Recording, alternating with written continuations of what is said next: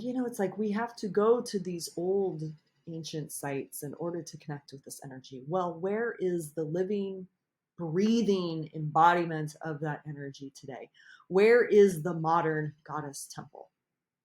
Where is, the modern divine feminine church, essentially? And that is what we're building. And I'm not talking about like a little tiny shrine or a little yoga deck that we call a temple. No, I'm talking a 90-foot iconic work of art. Welcome to the Brave Woman Podcast. I'm your host, Tanya Lynn, founder of Sistership Circle and author of Open Your Heart and The Art of Leading Circle. I'm the mother of 2 girls, an 8 on the Enneagram, aka the Challenger, happily married to my business partner, Brent, love connecting with nature, and have put in well over 10,000 hours circling with other women. On this podcast, we will explore how to embody the brave woman so that you can take action on your dreams and desires, unapologetically speak your truth, and live life on your own terms. Grab a seat and a cup of tea, and let's get started. Oh, this solo cast is going to be a good one. If you've been following me for a while, you know that I packed up my family back in October 2020 to move down to Costa Rica. And in fact, I did a podcast in March 21 in season 1. We'll have the link to that in the show notes. I talked about the journey and the challenges of moving to Costa Rica and, just basically my marriage practically falling apart. And it was just like the jungle just has a way of ripping you open and really just unraveling all the conditioning.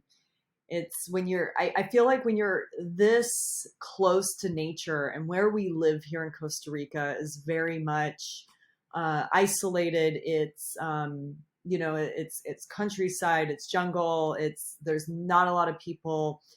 And when we are so close to the land and we kind of have this concrete jungle eliminated, and there's no Amazon, and there's no movie theater, and all the regular things, we start to get more in touch with our wild nature. And that has been my journey here. But today, what I want to talk about is the project that we've been working on for the past year. I mentioned it in last week's episode and just the challenges of that. And I'm really wanting to share this from the perspective of, I love to share my journey and hope that you can find pieces that will support you, find the medicine for your own journey. And this Friday, I am hosting a manifestation circle. And I'm really, really excited about this. During our last full moon circle, we run full and new moon circles. We call them the activation. And we did this really powerful exercise around connecting with your future self. And one of the women said, wow, I want to be doing this like every week. And I had the idea of actually incorporating that into our new moon circles and turning these new moon circles into manifestation circles. And this is just the energy that I am inundated in, and creating a really big project on top of already having a business and on top of having children. It's a lot. And a lot of the old ways aren't really valid in terms of building.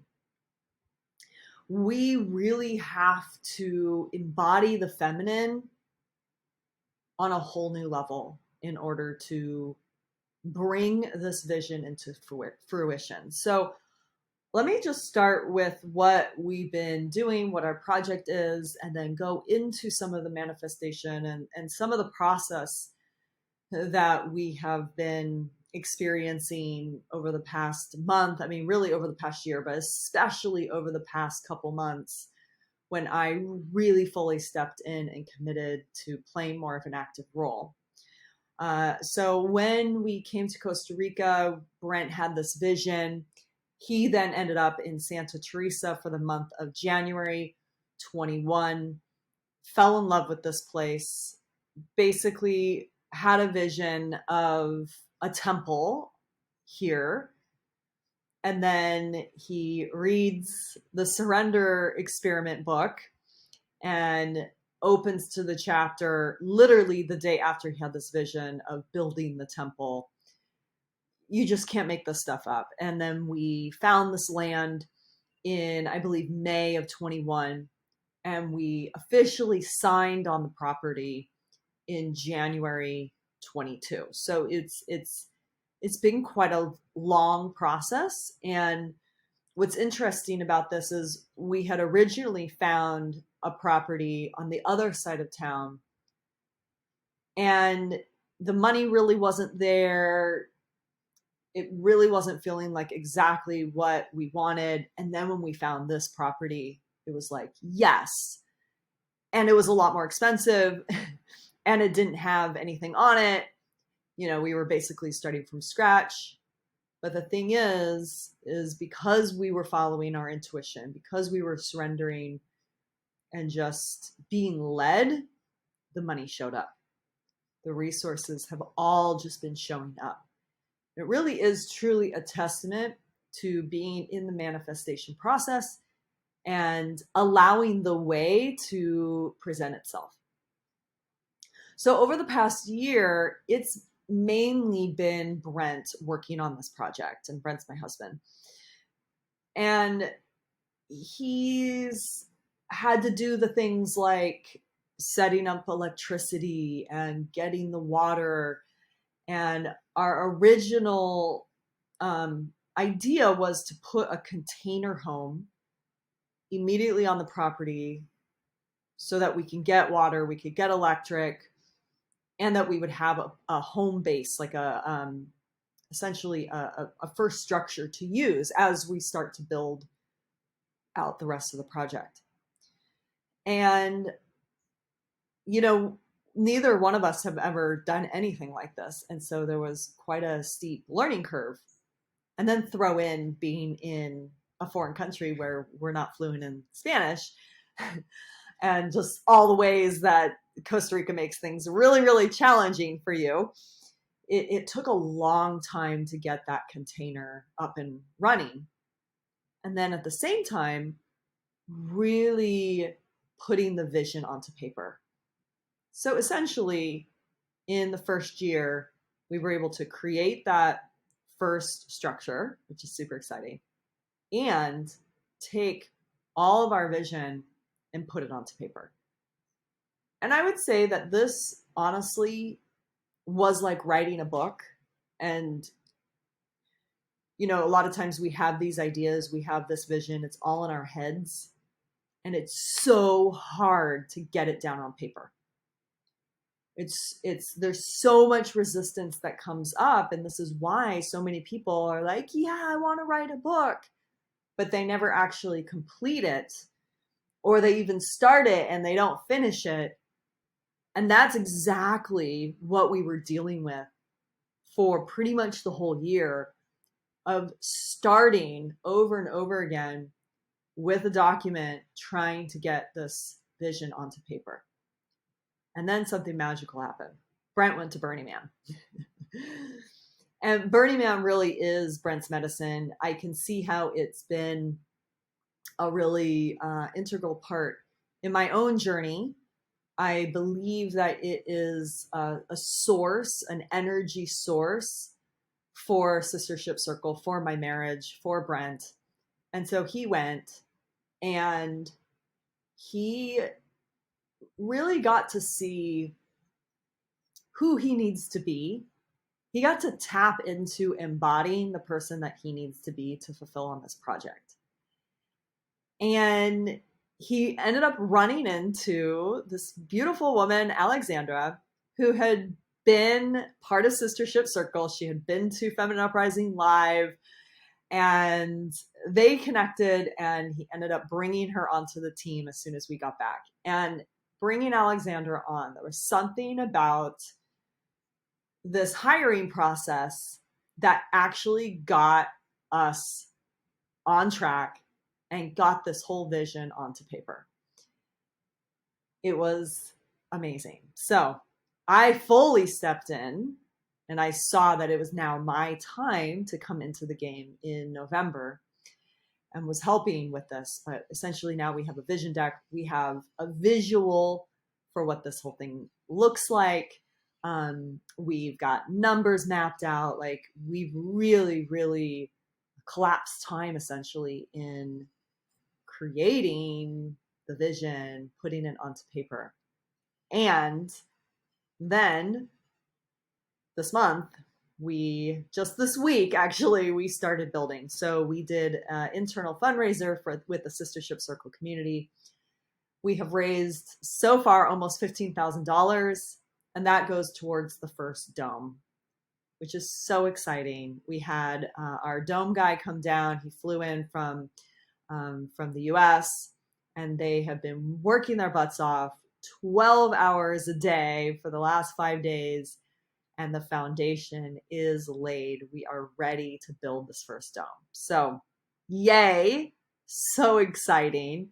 And now let me kind of rewind and tell you a little bit about this vision for De La Diosa, and kind of like these next steps and some of the lessons that we've learned over the last month of actually taking action, taking aligned action, and making things happen. It's so exciting to see, and I can just feel it, like, lighting up my face, and just feel it in my body of, wow, like, it's happening.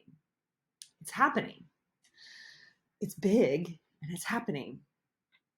So De La Diosa is a goddess temple and retreat center dedicated to the sacred feminine.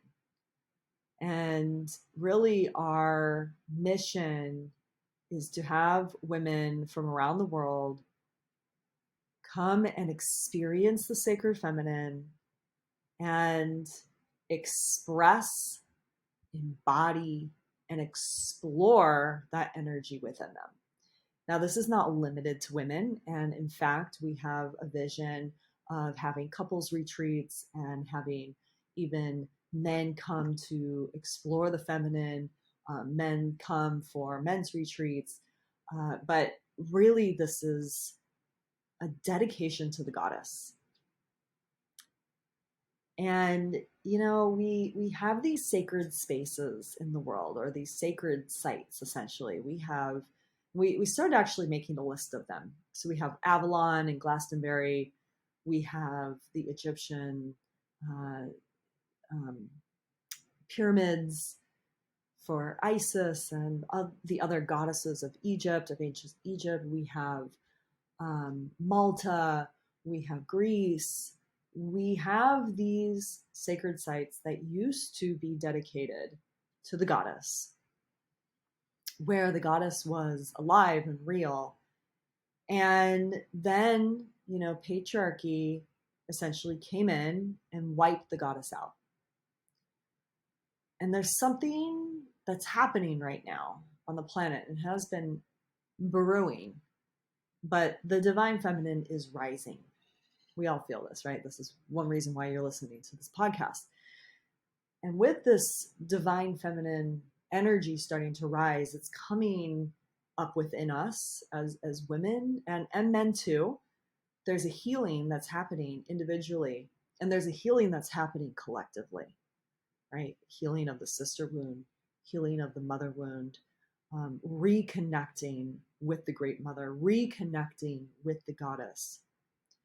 And there are not many. I know two retreat centers that are dedicated to the feminine. One is in Oregon. One is somewhere, I want to say, like Belgium or Denmark or something like that. It's like we have to go to these old ancient sites in order to connect with this energy. Well, where is the living, breathing embodiment of that energy today? Where is the modern goddess temple? Where is, the modern divine feminine church, essentially? And that is what we're building. And I'm not talking about like a little tiny shrine or a little yoga deck that we call a temple. No, I'm talking a 90-foot iconic work of art. And the vision that we have is the Burning Man Temple of Grace 2014, which is really the spark of this whole project. It's when Brent proposed to me. He proposed to me at sunrise on Thursday morning, right after the Mystic party. And we actually reconnected with that energy 5 years later in 2019, had another whole download. And that was what Brent saw here in Santa Teresa. He saw the Burning Man Temple of Grace. It is a work of art. And it was burned down, right? So we have these beautiful Burning Man temples that get burned down, which is this beautiful symbol of letting go, right? And it's like, okay, well, what if actually we started to build these structures and not burn them down? What if they were in different places around the world? And that's Brent's vision. Is he sees it as these Burning Man temples dedicated to the divine feminine, marrying our work with the Burning Man culture, what so meaningful to him, and that this is just the first one, right? And then we go and we build these in other places, and that surrounding this temple is this retreat center. So people, visitors, the public can come and experience the goddess temple and all of the arts, the feminine arts that are going to be happening at this goddess temple. We see it as, we're overlooking the cliff. You can literally see our property from the ocean, and we're seeing like literally tour boats coming so that you can see this temple as you're on the water. And that people are coming. It's a Mecca. It's a pilgrimage that women are making, people are making to come to this sacred place. I mean, people come to Costa Rica for tourism, for retreats. And so the idea is that we want people to be able to experience this energy and immerse themselves in it through retreat. One of the perks for the Goddess Dome fundraiser was a spotlight here on the Brave Women podcast. And I am so excited to introduce you to Heidi Rome, mentor, trainer, mother of 2 boys, and the mother of a severely autistic teenager. She understands what it means to overcome being overwhelmed, facing outdated conversations, and underfunded programming, where every step of her journey requires changing the narrative of the status quo. The journey of parenting a severely autistic young adult has gifted Heidi with the insights and wisdom to realize it's not just the diagnosis, but it's each of our own personhoods that becomes at risk when we do not change the narrative of exclusion. You are invited to download Heidi's affirmation, listen to her audio, and find out more information at HeidiRome.com/yes. That's HeidiRome.com/yes. And you can find that link in our show notes. Thank you, Heidi, so much.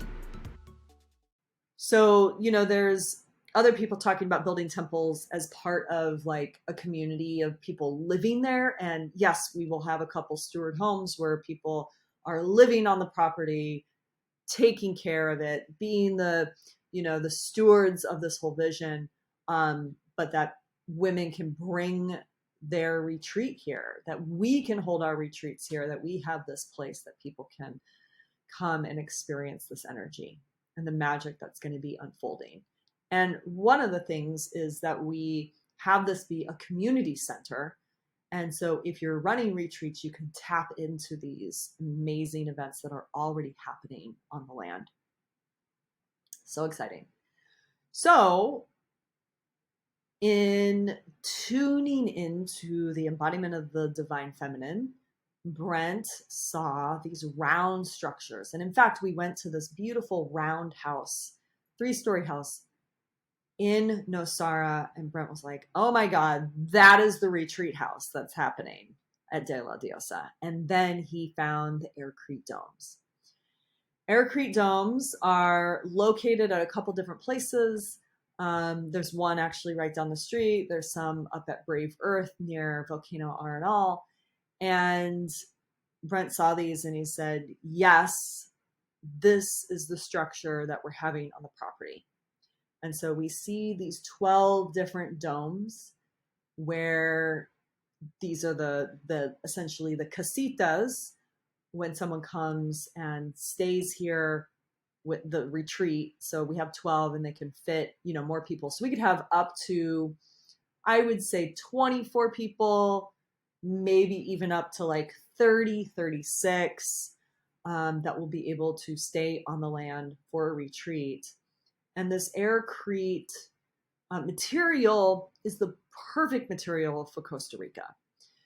It's mold free, it stays cool inside, it keeps out the bugs. Like, it's a really, really great material to use. And these are round, right? And the feminine is round. We don't want these square boxes that we typically live in, right? So we've started the first one, and we want to have this prototype. And we also see the vision of 12 different feminine leaders sponsoring each of these domes. So I'm the first. And one of the things that we want to make available for these 12 women who step in is to fundraise with their individual communities. And, the feminine is all about collaboration, co-creation, connection. And so we're so grateful for our community for donating and being part of putting together this very first dome. So it's essentially the Sister Ship Circle Dome, sponsored by Tanya and Tanya's community, Sister Ship Circle, which is really, really cool. And it's been a beautiful journey of learning how to let go, to trust, to allow contribution, to receive. And we're nowhere near our goal, and that's okay. We are literally just putting one foot in front of the other. The money that's come in has allowed us to get the tractor out there, level the land, get the foundation already built, hire the team to do the construction, have the materials. So at least we'll have a basic dome up. It's just now we need to fundraise the rest for the finishing to make it a piece of art, because each one is going to represent a different archetype. And our community gets to vote on which one this will represent. And then the decor will all be a representation of that archetypal energy of whatever goddess that we decide. So really cool. And then the next step is going to be a whole campaign and a beautiful invitation for leaders who run retreats to each come on as a sponsor for the other 11 domes. So this is quite a process. And you know what? It's required of me is to step into the whole next level of my feminine leadership. And what has become so clear is when we are a steward for land and we are a steward for the goddess. And essentially we have dedicated ourselves to her. This is a project dedicated to her, right? That I have to embody the sacred feminine within myself like never before. And I'm just noticing all the places where I used to push or be a little bit more in my masculine or old ways of building are no longer valid. And really what I've been tapping into is this um, this feminine way of being that is the manifestation process. Because the manifestation process is, I've always used this like two wings of a bird. And Barry used to talk about this, my mentor, that this is like the grace of God is the one hand, and then your effort is the other hand. And so we have to learn how to sync up with grace, with the divine, but we still have to effort, right? And that really is the embodiment right now in order to fulfill on this project, in order to bring this vision into fruition. And I see myself as Isis with my wings. My wings are open and I am tuning into the divine energy, and I am allowing myself to fly, to soar, to freely, catch wind. Wind has been a powerful element to bring into this equation, and it's something that I have hated, resisted. We have this joke that on our very first date, Brent and I went and climbed a mountain, and at the top, I wanted to go down right away because it was so windy. And he had this list of things that Tanya doesn't like, and on the top was wind. But last year, I really started to tune into the power of wind, the power of catching wind. And so much of this is connected with our intuition. There's a gene key that talks about this and how when we were more connected with our intuition, not so much in the headiness, the rational part of the brain, long time ago, as hunters and gatherers, they would say, essentially it's in the wind. And animals tune into this energy in the wind. I may have actually talked about this in one of my very first episodes. And so when our antennas go up and we feel something in the wind, right? That was when the tribe decided, oh, time to move, right? Or, oh, the animals are starting to pick up on something, right? Like danger's coming, right? So we can use the wind and catching wind of where the energy is flowing. And that is the process that we have been following. I mean, ever since Brent even came to Santa Teresa, it was tuning in and catching wind. One step forward. And that's the thing. We still have to effort. We still have to take a step forward. We have to take aligned action with grace, with the divine, with what we're tuning into as we catch the wind. And so it's like, okay, what's been divinely inspired is this fundraiser to start the first dome. I mean, we could have started with the retreat house. We could have started with the temple. What was it that had us start with the dome? And what was it that had us decide, let's do a fundraiser for this? That was just tuning into the divine guidance that was coming through. And we just have to trust it. And even though all the money has not shown up, this fundraiser the dome costs $88,000. As of right now, we've made 15. What I have found is that this is a process not just of raising money, but of letting go and continuing to catch wind. The past month has just been about taking action and letting go of the fear and the doubt and the what ifs and the tension and the pressure. And you know what? Since Brent has been on the land working 12 plus hours a day with the guys, getting his hands dirty, pouring the cement on the foundation, he was so exhausted this morning when I saw him, but his whole body was alive and relaxed. He is thoroughly enjoying the process. And that is what I got. This is a process of learning how to stay in the joy, stay in the trust, even when it doesn't look like the results are there. Can I continue to believe that is happening, that it is already done?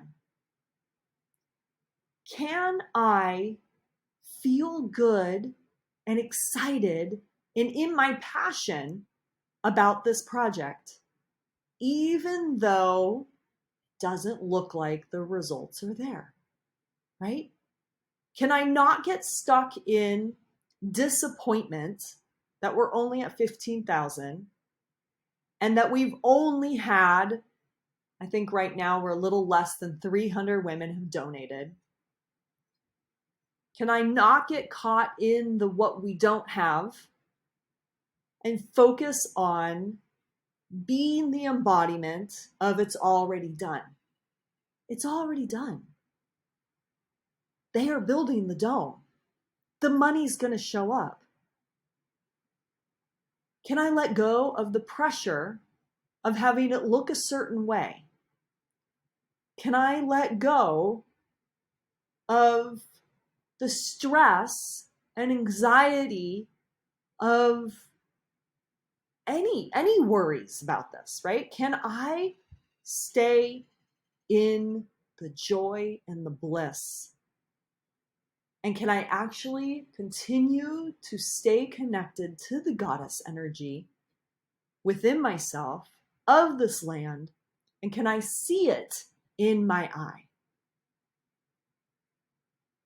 And now that I got to see the layout of this first dome on the ground, and that this pad now is ready for 2 more domes right next to it, it is becoming more real. It's like, oh, wow, yes, I can see it.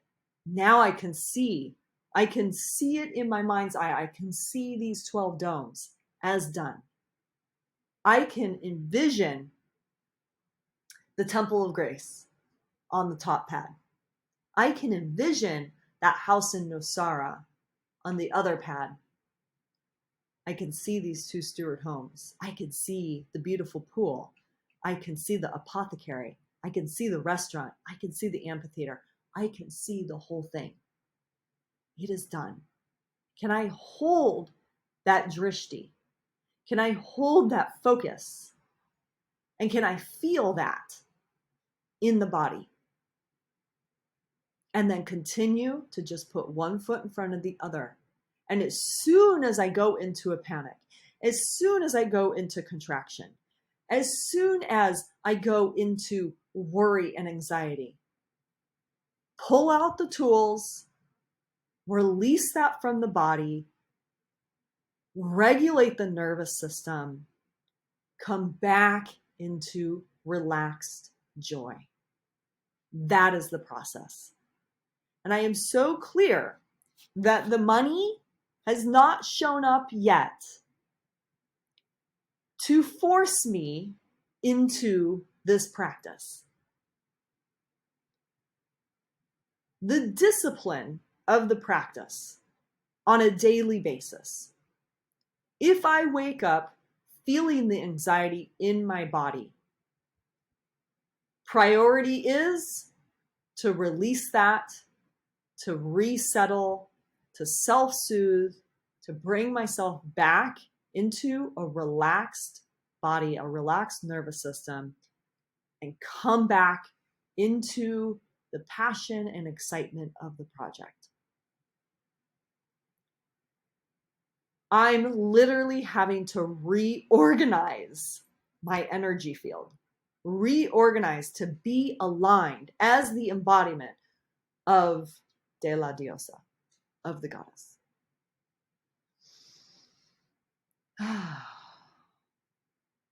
That's the work. That's the up level. And so what I've done strategically is put myself in two different containers of support. One being somatic experiencing, one being a coaching container to keep my energy, my frequency elevated, to keep my nervous system relaxed. That is the work to do in 2023 for me. And I've said this before, and I keep saying this because that is my focus. And that is the only way we're going to manifest everything. And essentially have the timeline speed up. And we have to keep letting go of the timeline. The timeline is we want all 12 domes and the retreat house complete by December 31st, 2023. You betcha I've got to be aligned with that frequency of it's already done in order for it to get done, right? And not even in an order to. It's a trust process. It's a surrender process. It's what's had every step of the way show up from this property, from the money to even purchase the property, Brent even being led to Santa Teresa in the first place, right? We just have to keep trusting and illuminating the path, right? With the vision in the mind's eye. Because if it's already in the mind's eye, it's out there in the universe. A friend said to me the other day, there is no doubt in my mind, Tanya, that you're going to make this happen. Hell yeah. And I've got to say that sun's coming back. Over the past week, every doubt has come up. The roads are so bad right now. Like, they usually grade the road. It's all dirt roads where I live. They usually grade the roads. They have not been graded. You are literally bumping along like you're skiing on moguls. It's horrific. It is exhausting to drive 5 minutes down the street to pick up the girls at school. Exhausting.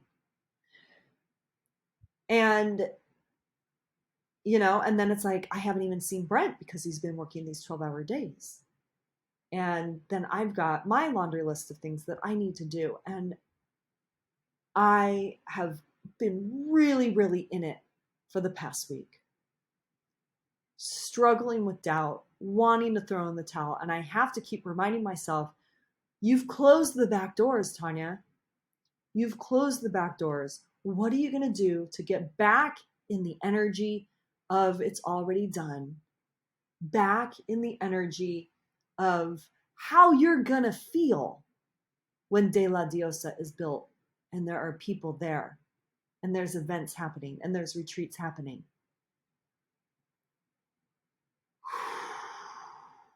Yeah. I've got tools.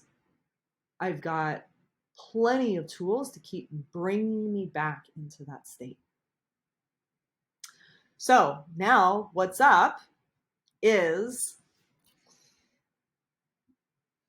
Brent should be coming back to me, essentially.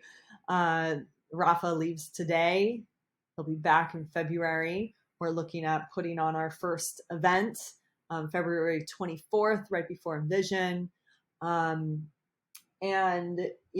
so really it's about Brent and I syncing up our energy, setting some intentions, creating some practices together. I see that as an important piece, right? Like, I've got to do my work. He's got to do his work. And we've got to do our work together. And the more that we're synced and aligned, and the more that we are in this joyful, peaceful, relaxed state together, that's where I've got to really, really turn up the volume and really get rid of these old patterns where I'm feeling hurt or I'm blaming him or, I'm feeling like I'm not getting my needs met, and just really step into the priestess here. Really step in, shift those patterns so that him and I are the most aligned that we've ever been in our entire relationship together. Because that is what's going to amplify the energy. That's what's going to speed up this manifestation process. It's just like coming to circle, right? This is why we're doing these manifestation circles for every new moon, is when we are in the circle and we are setting our intentions and we're going through the manifestation process together, the energy amplifies. It's like the field is being created by everyone's intentions and people witnessing and feeling it is done, right? And then,